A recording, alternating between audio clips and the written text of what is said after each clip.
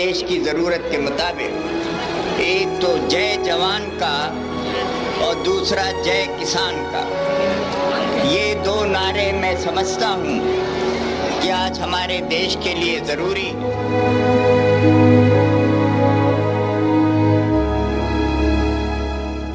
नमस्कार, स्वागत है आप सभी का हमारी इस खास पेशकश में। आप देख रहे हैं न्यूज इंडिया, आपके साथ मैं हूं निदा अहमद। नमस्कार, मैं हूं करुण कुमार और अपनी इस खास पेशकश में हम बात करेंगे लाल बहादुर शास्त्री की। जी हां, लाल बहादुर शास्त्री जो एक ऐसे करिश्माई नेता थे जिन्होंने अपनी सादगी के दम पर देशवासियों को संघर्ष से जूझने की प्रेरणा दी। अब चाहे जय जवान जय किसान का नारा हो या फिर 1965 में देश पर पाकिस्तान का हमला, शास्त्री जी की एक अपील पर पूरा हिंदुस्तान उनके साथ खड़ा दिखा। प्रधानमंत्री लाल बहादुर शास्त्री का कद भले ही छोटा था, लेकिन उनके इरादे काफी बुलंद थे।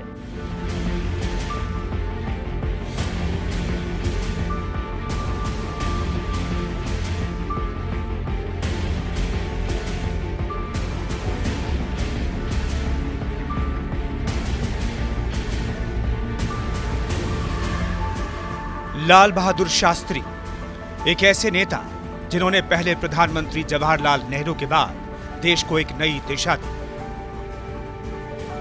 1964 में जब लाल बहादुर शास्त्री प्रधानमंत्री बने तो भारत के सामने कई समस्याएं थीं। 1962 के भारत चीन युद्ध के बाद देश धीरे धीरे संभल रहा था। खाद्यान्न के मामले में देश आत्मनिर्भर हो रहा था, लेकिन महंगाई बढ़ रही थी। जमीन से जुड़े होने के कारण लाल बहादुर शास्त्री आम जनता के दर्द को समझते थे। लिहाजा उन्होंने लोगों को राहत पहुंचाने के लिए तमाम उपाय किए। पूर्व प्रधानमंत्री स्वर्गीय लाल बहादुर शास्त्री सादा जीवन और उच्च विचार रखने वाले इंसान थे।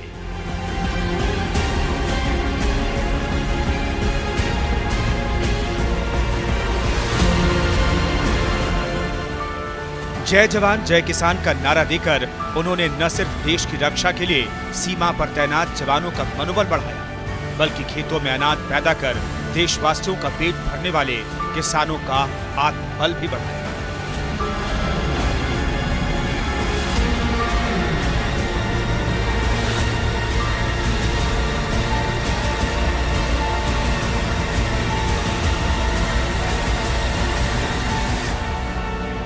शास्त्री जी सच्चे गांधीवादी थे। उन्होंने अपना सारा जीवन सादगी से बिताया और गरीबों की सेवा में लगे रहे।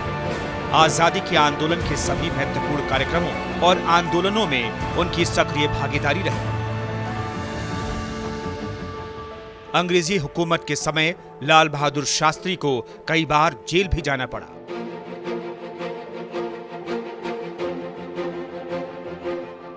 शास्त्री जी ने असहयोग आंदोलन, दांडी मार्च और 1942 के भारत छोड़ो आंदोलन में बढ़ चढ़कर हिस्सा लिया। 2 अक्टूबर 1904 को मुगल सराय में जन्मे लाल बहादुर शास्त्री के सिर से पिता का साया महज 18 महीनों में उठ गया।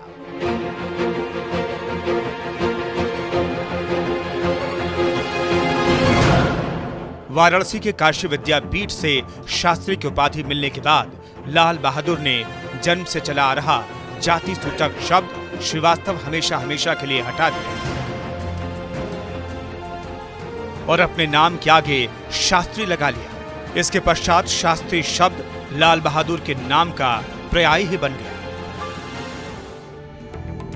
अपनी साफ सुथरी छवि के कारण लाल बहादुर शास्त्री कांग्रेस में काफी लोकप्रिय थे। नेहरू कैबिनेट में गृह मंत्री रहते हुए उन्होंने देश की आंतरिक व्यवस्था को काफी अच्छी तरह संभाला। लाल बहादुर शास्त्री नेहरू के पहले कैबिनेट में रेल मंत्री थे। 1956 में महबूबनगर रेल हादसे में 112 लोगों की मौत हुई थी। इस पर शास्त्री जी ने नैतिक जिम्मेदारी लेते हुए इस्तीफा दे दिया। इसे तत्कालीन प्रधानमंत्री जवाहरलाल नेहरू ने स्वीकार नहीं किया। 3 महीने बाद ही अरियालूर रेल दुर्घटना में 100 से ज्यादा लोग मारे गए। उन्होंने फिर इस्तीफा दे दिया। तब पंडित नेहरू ने शास्त्री जी का इस्तीफा स्वीकारते हुए संसद में कहा था कि वो इस्तीफा इसलिए स्वीकार कर रहे हैं कि ये एक नजीर बने, इसलिए नहीं कि हादसे के लिए किसी भी रूप में शास्त्री जी जिम्मेदार हैं। उनकी लोकप्रियता की वजह से ही 1964 में पहले प्रधानमंत्री जवाहरलाल नेहरू की मौत के बाद लाल बहादुर शास्त्री को प्रधानमंत्री बनाया गया। शास्त्री जब पीएम बने तो उनके कार्यकाल में देश में अनाज का संकट पैदा हो गया। अमेरिका ने उस समय कुछ शर्तों के साथ भारत को अनाज देने की पेशकश की। शास्त्री जी जानते थे कि अमेरिका से अनाज लिया तो देश का स्वाभिमान चूर चूर हो जाएगा। ऐसे में उन्होंने एक दिन अपने परिवार को उपवास करने के लिए कहा। शास्त्री जी समेत उनकी पत्नी और बच्चों ने पूरे दिन कुछ नहीं खाया।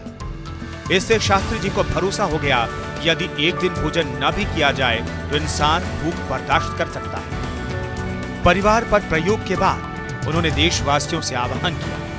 उन्होंने कहा कि हमें भारत का स्वाभिमान बनाए रखने के लिए देश में मौजूद अनाज से ही काम चलाना होगा।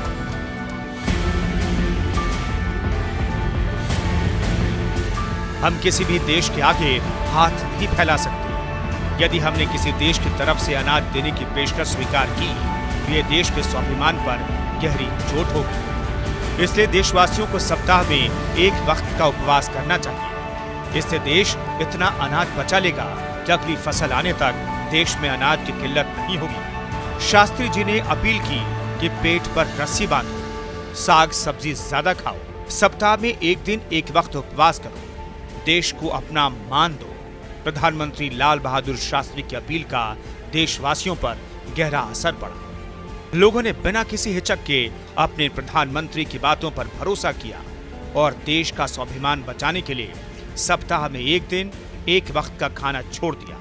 शहरों से लेकर गांवों, कस्बों तक में महिलाएं, बच्चे, पुरुष, बुजुर्ग सब भूखे रहते और देश के लिए इस अनाज यज्ञ में अपने हिस्से की आहुति देते। शास्त्री जी की अपील ने देश के जनमानस का मूड बदल दिया।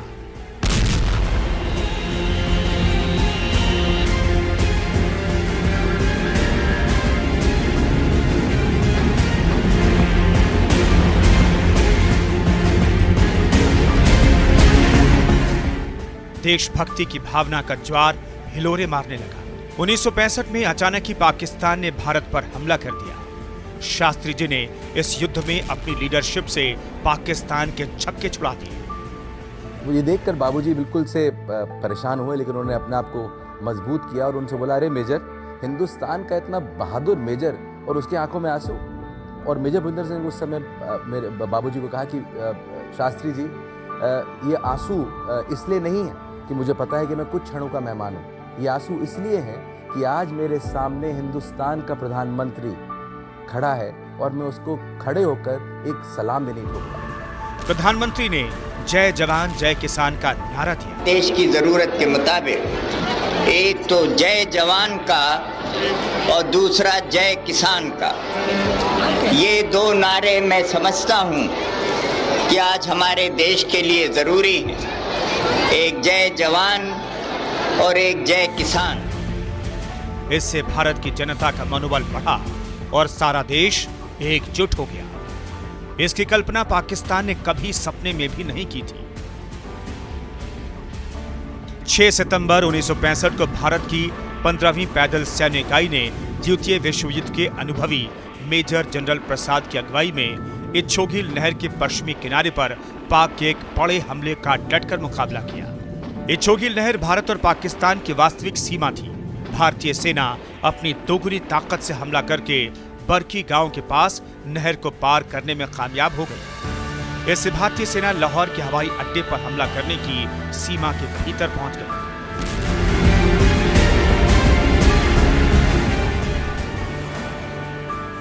लाहौर पर धावा बोलते ही पाकिस्तान के साथ साथ अमेरिका में भी खलबली मच गई। अमेरिका ने अपने नागरिकों को लाहौर से निकलने के लिए कुछ समय के लिए युद्ध विराम की अपील की। आखिरकार रूस और अमेरिका ने प्रधानमंत्री लाल बहादुर शास्त्री से बातचीत की। रूस और अमेरिका ने प्रधानमंत्री लाल बहादुर शास्त्री को रूस के ताशकंद में समझौता करने के लिए बुलाया।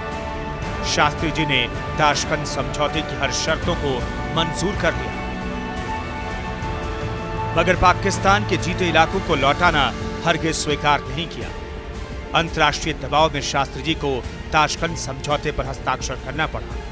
पर लाल बहादुर शास्त्री ने खुद अपने प्रधानमंत्री कार्यालय में इस जमीन को वापस करने से इनकार कर दिया।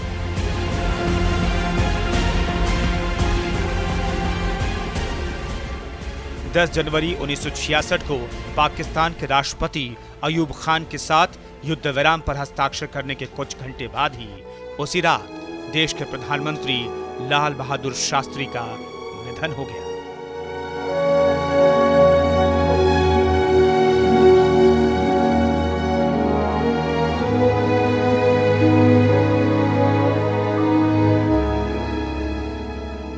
शास्त्री जी की मौत का कारण हार्ट अटैक बताया गया, लेकिन उनकी मौत पर सस्पेंस आज भी बरकरार है।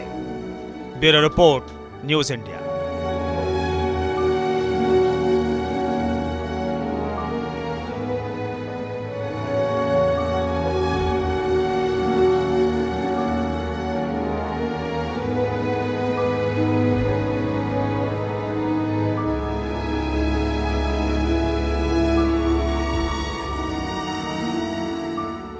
स्वागत है आपका। मैं हूं आपके साथ अनंत श्रीवास्तव। आप देख रहे हैं न्यूज़ इंडिया। और 2 अक्टूबर का दिन बहुत अहम है देश के लिए, क्योंकि 2 महापुरुषों का जन्म हुआ था। एक थे राष्ट्रपिता महात्मा गांधी और दूसरे थे लाल बहादुर शास्त्री जी। लाल बहादुर शास्त्री जी, जिनके बारे में जितना कहा जाए वो कम है, समय कम पड़ जाएगा, लेकिन उनकी बातें और उनके किस्से कम नहीं होंगे। और इसी पर चर्चा करने के लिए, बातचीत करने के लिए हमारे साथ सुनील शास्त्री जी मौजूद हैं, उनके बेटे। सर, बहुत स्वागत है आपका न्यूज़ इंडिया पर। बहुत बहुत धन्यवाद।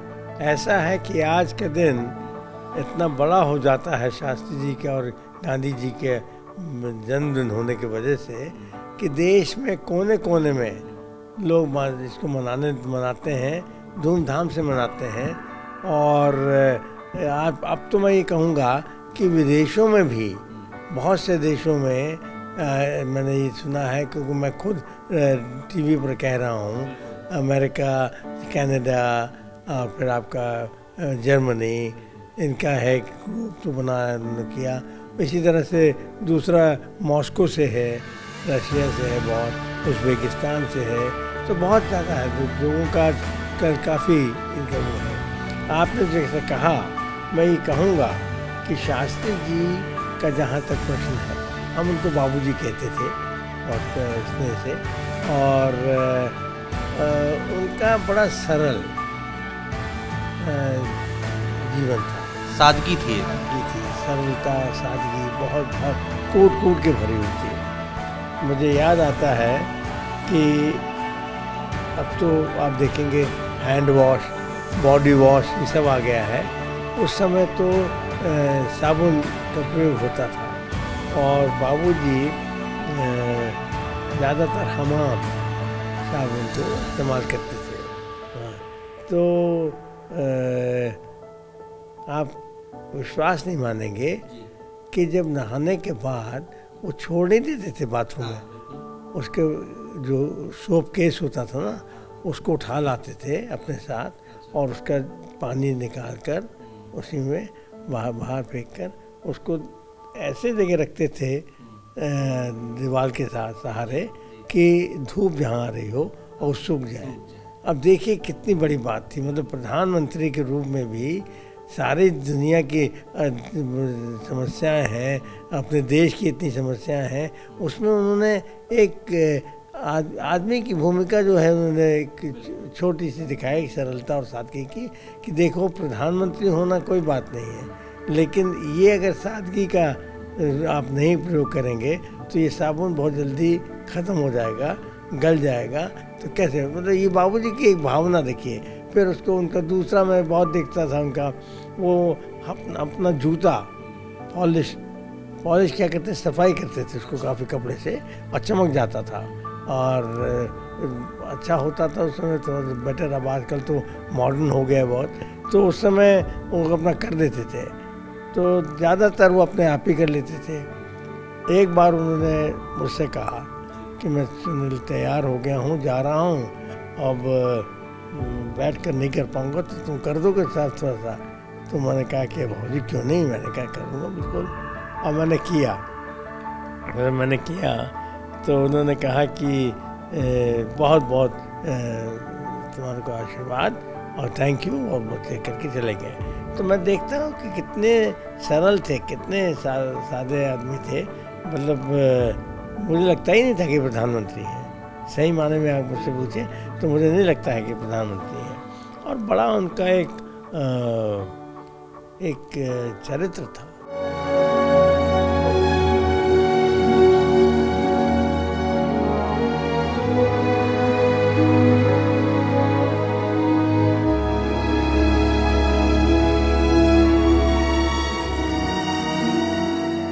तो हमने इस खास कार्यक्रम में बात की लाल बहादुर शास्त्री की।